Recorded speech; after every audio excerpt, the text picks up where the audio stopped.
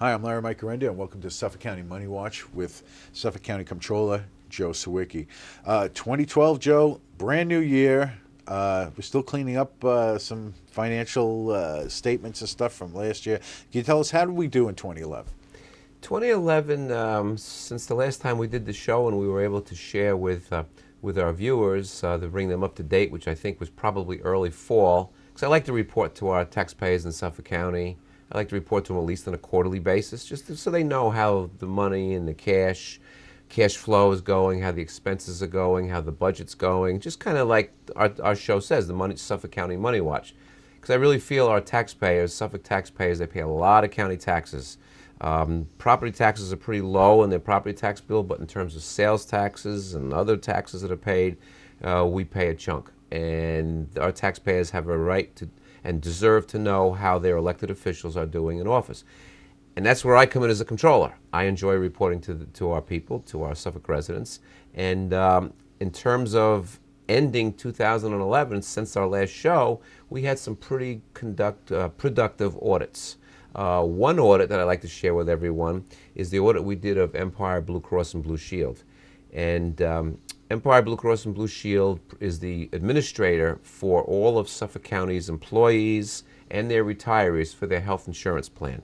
And Suffolk County, out of a $2.7 billion budget, Suffolk spends about $300 million a year in health benefits for its nearly 12,000 employees, plus another, I believe it's like 7,000 or so retirees. So that $300 million is a big chunk of money, and I like to keep my eye on it to make sure that it's spent properly. Empire Blue Cross Blue Shield has been our administrator for about 5 years now.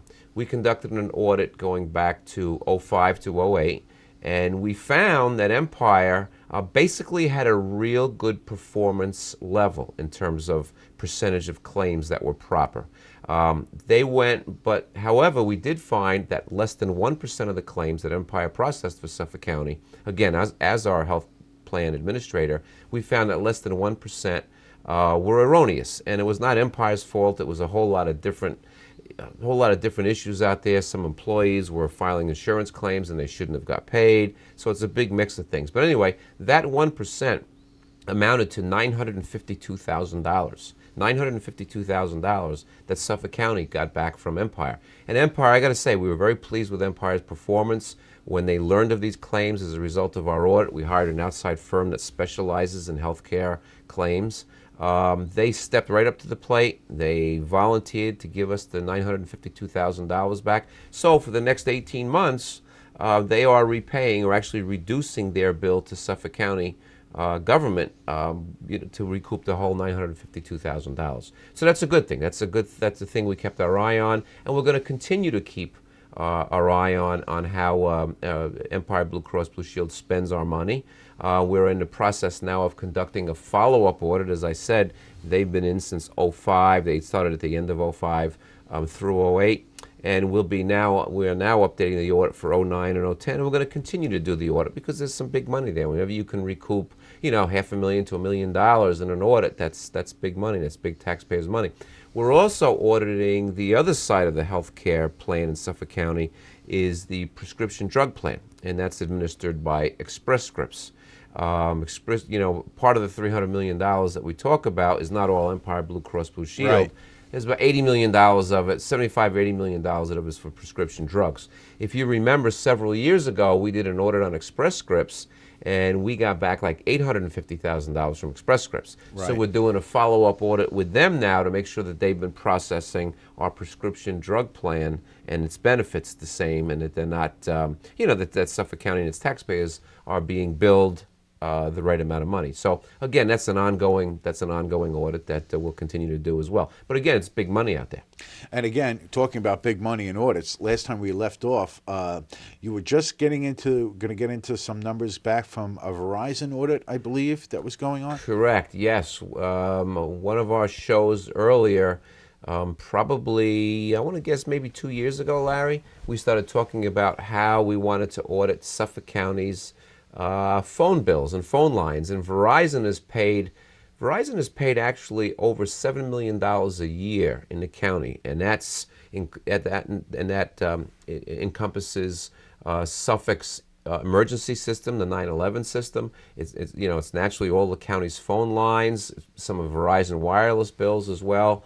And when we hired another outside firm because you need, when you talk about telecommunications, Right. it's not financial auditing. It's really when you want to see if Verizon is billing us for such complex issues as mileage calculations across the lines. I mean, it's really hard for a financial auditor like myself and any of our auditors on our staff to understand. So you hire a company that specializes in that, and that's all they do. They do it across the state and they do it across the country. The good thing is that the company that we hired to do Verizon is called Phone Review Inc. They're out of Mineola. They did a great job for us. They don't cost the taxpayers a dollar. What they do is, with our arrangement and our contractual arrangement with Phone Review out of Mineola, is that they get a percentage, and I believe it's like 30% of what they find. So that's really an incentive to them to really do an extensive To job find a lot, to make a auditing lot, right. our phone bills. So as a result of a 5-year audit, we just finalized the numbers at the end of December, and they have recouped from Verizon over $1.65 million for Suffolk County and its residents. Wow.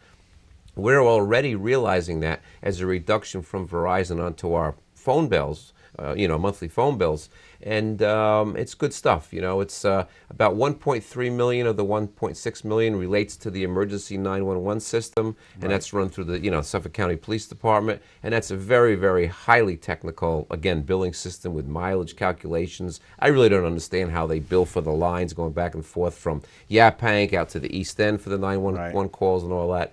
But basically, there was another $325,000 that we found that they were billing Suffolk County, our regular offices, county offices, for circuits that weren't found, circuits that weren't working. Right. So it was good we kept on top of Verizon, and we're going to renew the contract with Phone Review. Again, they did a splendid job, and we want them to keep on top of Verizon for 2011 and 2012. That order ended in 2010.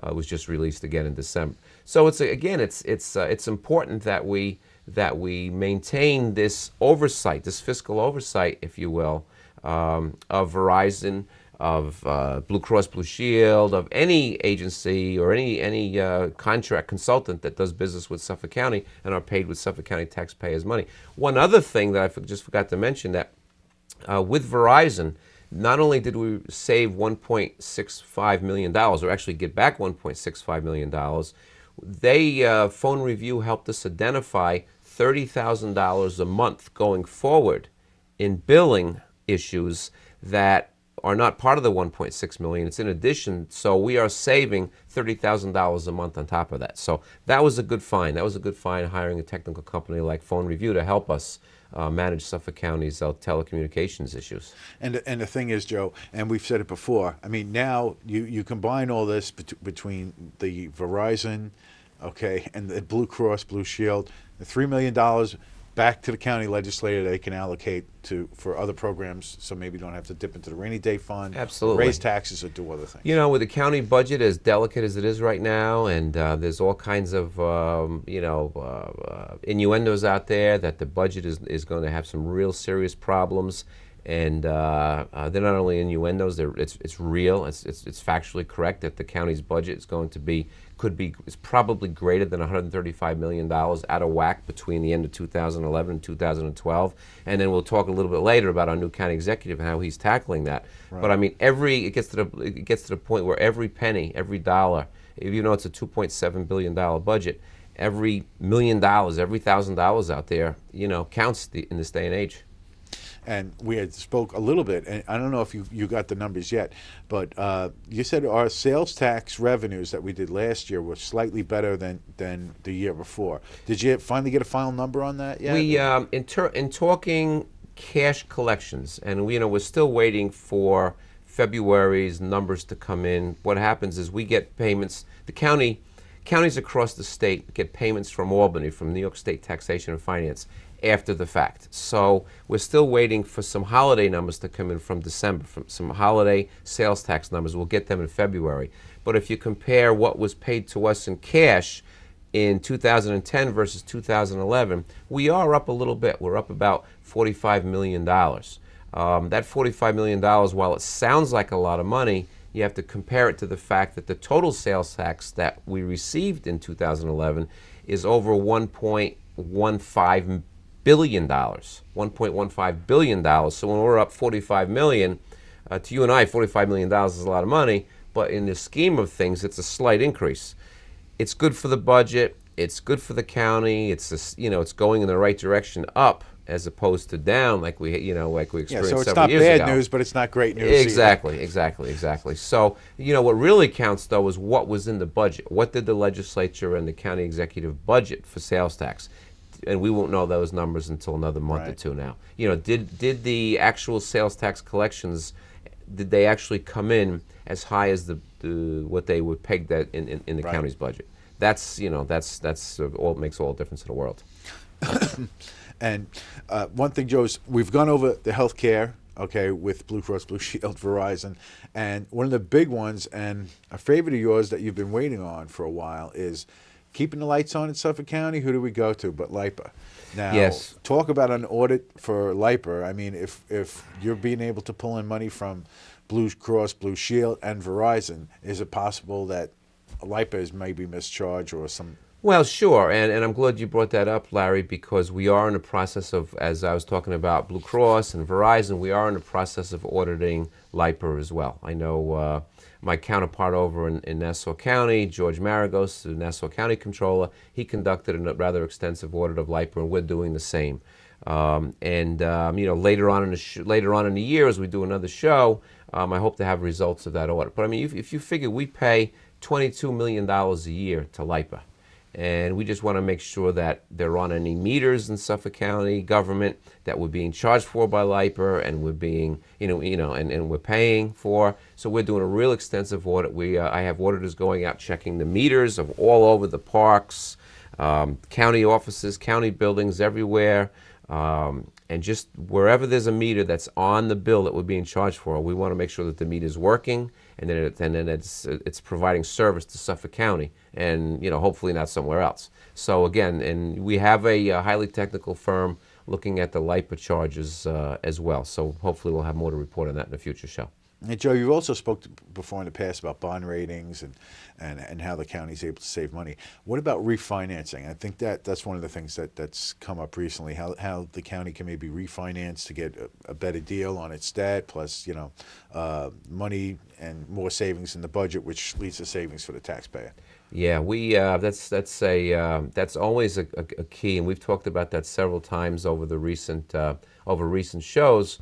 Whenever we have an opportunity to lower our interest expense in the county for our long-term debt, and we borrow, I said in the show before, how often we borrow long-term. Generally, the county borrows in the spring and in the fall, twice a year. We borrow about roughly, give or take, $100 million each time. And that's long-term, that's spread out generally over 18 to 20 to 25 years. We sell bonds in the market to Wall Street and to the financial community across the nation. And we use that long-term money to rebuild or build roads, capital construction projects, whether it's our buildings, whatever.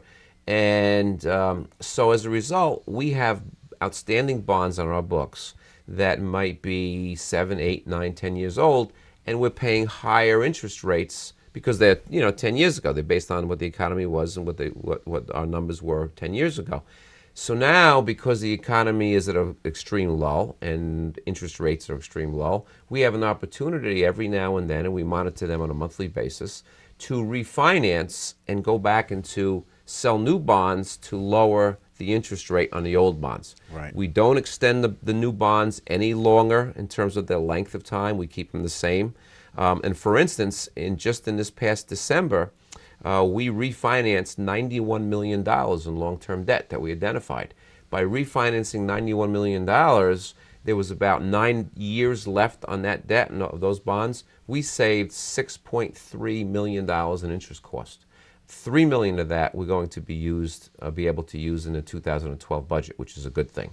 And then the other $3.5 million will be spread out over the life of the bonds. So And, you know, again, as the fiscal watchdog of the county, as the controller, it's my job to monitor this type of debt out there and to ensure that if there's it's no different than refinancing your home mortgage. Right. If you have a mortgage that's 6 or It's 7%, just bigger numbers. you want to refinance now down to 3.5 or 4%, and you save a lot of interest costs. So it's the same thing that we do. We monitor for, you know, for Suffolk County's long-term debt as well. Yeah, you had spoke also about, like, last time, like with the county and the town taxes, that the county would borrow while it's waiting for money from the towns and everything to pay off the school districts and everybody else it has to pay. And when you're getting a better interest rate to pay out that money or to loan or to float bonds, it's better for the taxpayer, right? Oh, absolutely. No, you know, no question about it. And another thing, and I have to say this on a rather sad note, your mentor and a good friend, Joe Caputo, Yes. passed on recently. He had taught you a lot of the ins and outs of the job. Yeah, that he you're in sure now. did. I'm glad. Yeah, this show would not be complete without mentioning Joseph R. Caputo, my predecessor, the Suffolk County Controller for 24 years. And I remember I was 24 years old when I first met Joe. It was 1978. And I worked on him on his campaign for county controller. It was his first run. He was presiding officer of the legislature from the Islip area at that time, and he had won overwhelmingly. And after the campaign was over, and I got to know him on a very, you know, close basis, I asked if he would consider you know, me as for one of his deputies. And at 24 years old, I was astounded that he said, "Yes, Joe." He says, "I'd love to have you as a deputy," because there was an opening at that time. And you know, so it was really neat to work side by side with him and monitor the county spending. I'm going back now to 1978 through 82 before I got elected to the assembly. So I was with Joe over Giving 4 away your years. age there, Joe. I know. I was with Joe for 4 years, and I learned. And Joe Caputo really took the office of controller and made it into an independent fiscal watchdog. And that's where I learned it from. And I knew back then, and you know, thank the Lord, my career came 360 degrees, because I always wanted to be county controller. I always wanted to kind of emulate Joe and the job he did in watching taxpayers' money. And Joe feared no one. It didn't matter what political party you were. It didn't matter who was the county executive. If he saw misspending out there, whether it was by a county department or an agency that the county was funding, he would go after it, and he would identify it, and he didn't really care who he embarrassed or who he publicly, you know, took out on the carpet.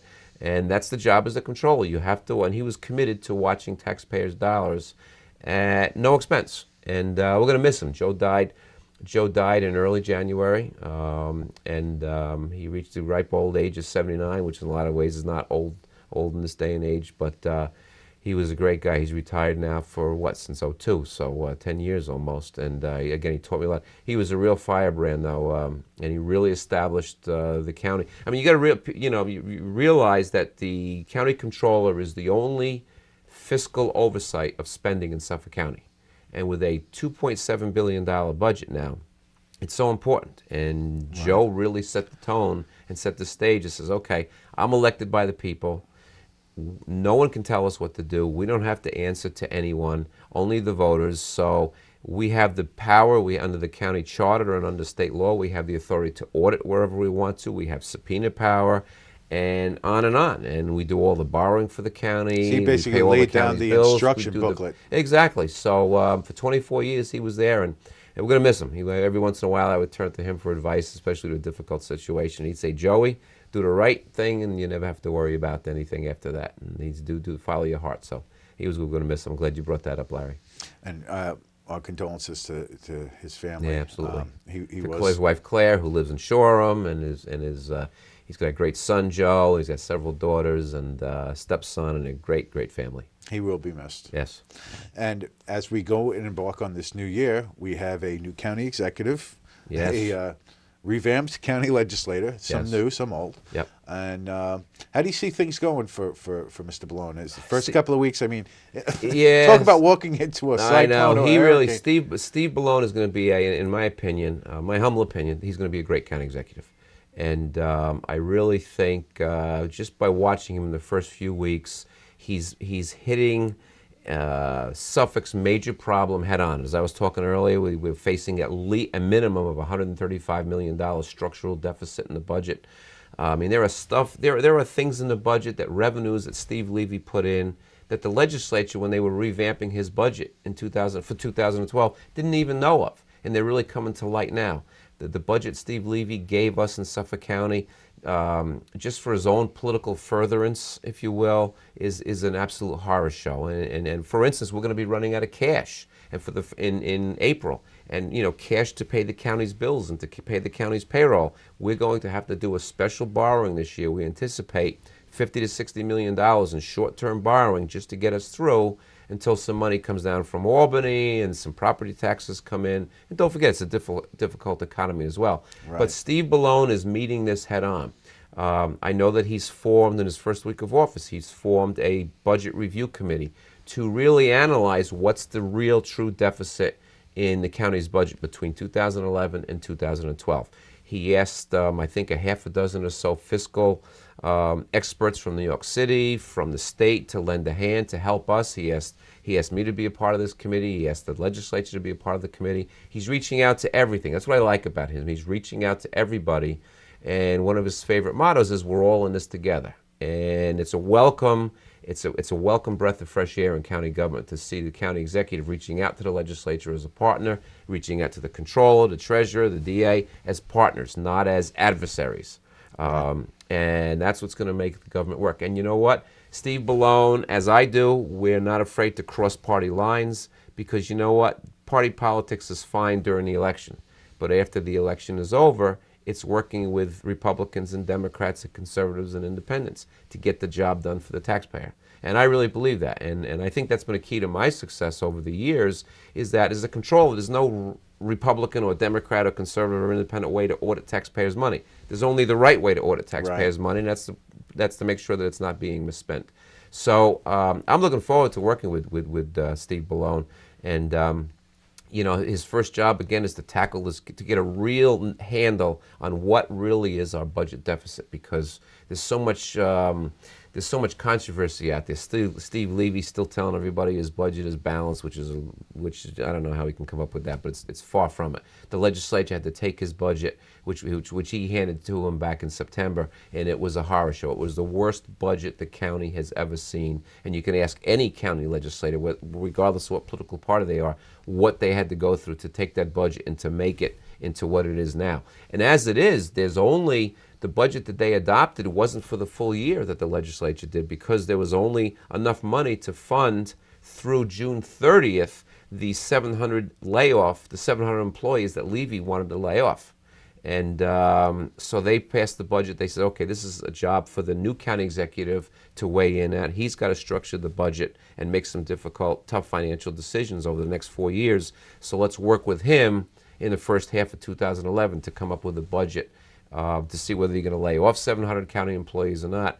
And so there's a lot of work to do, and I'm looking forward to working with Mr. Bellone. And I've met with him several times already, and I think he shows a lot of promise for us.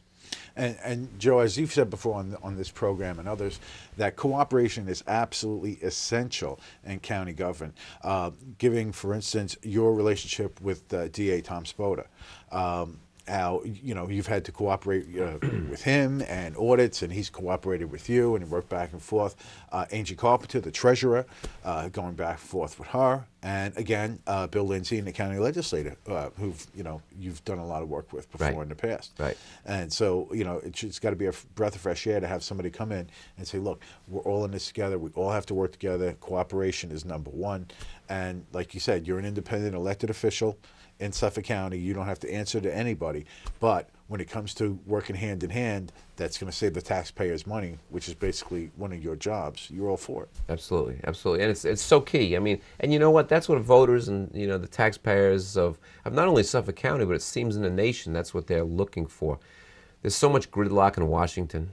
I mean, they can't get themselves out of a paper bag, it seems, to solve any of the nation's deficits and I'm not even going to get you started on Albany. We don't even want to go. I don't even go there, But it's so critical at our level and a county level to work together and cross party lines and to do the best job that we can for Suffolk taxpayers. I mean, that's all taxpayers expect of us. That's all they ask of us, rather. Just do the best job you can. And work together. And talking about just slightly about Albany. Okay. We'll talk about one of your fellow compadres, Tom DiNapoli. Yes. Used to been working with him on other things to try to save money, and he's been helping you through the state. Yes. With the county. Yeah, we have a real good relationship with the state controller, Tom DiNapoli. He was a friend going back when him and I served in the state assembly together back in the 80s and early 90s. And now we're both controllers together. He's the state controller and I'm the county controller.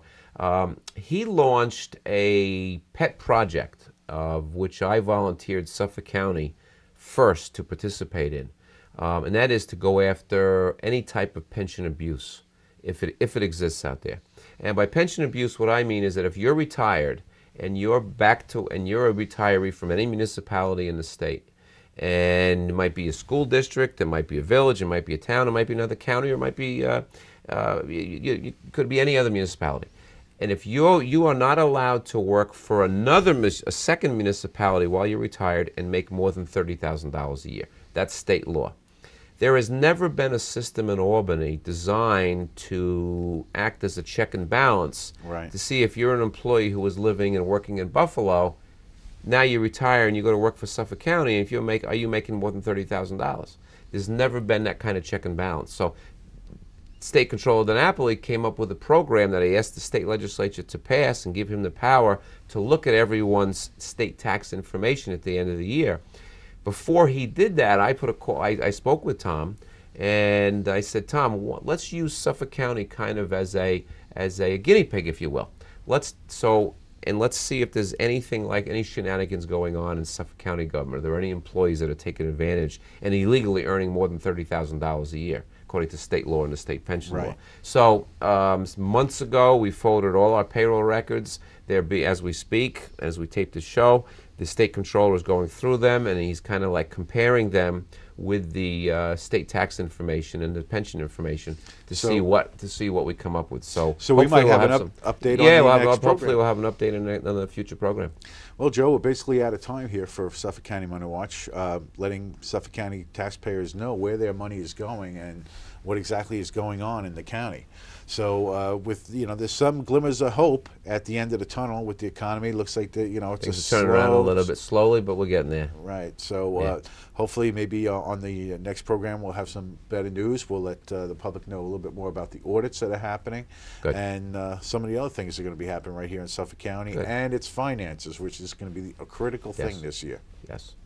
So until next time, I'm Larry Mike for Suffolk County Money Watch.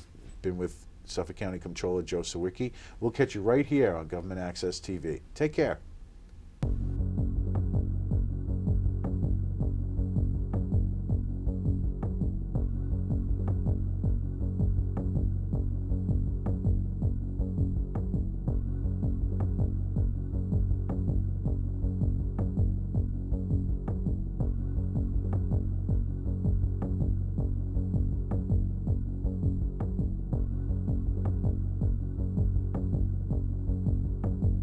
This is Joe Sawicki. I'm your Suffolk County Comptroller. If you ever need to reach me, please feel free to do so by dialing 631 in Hopog, 853-5040, or by shooting me an email at the address as you can see.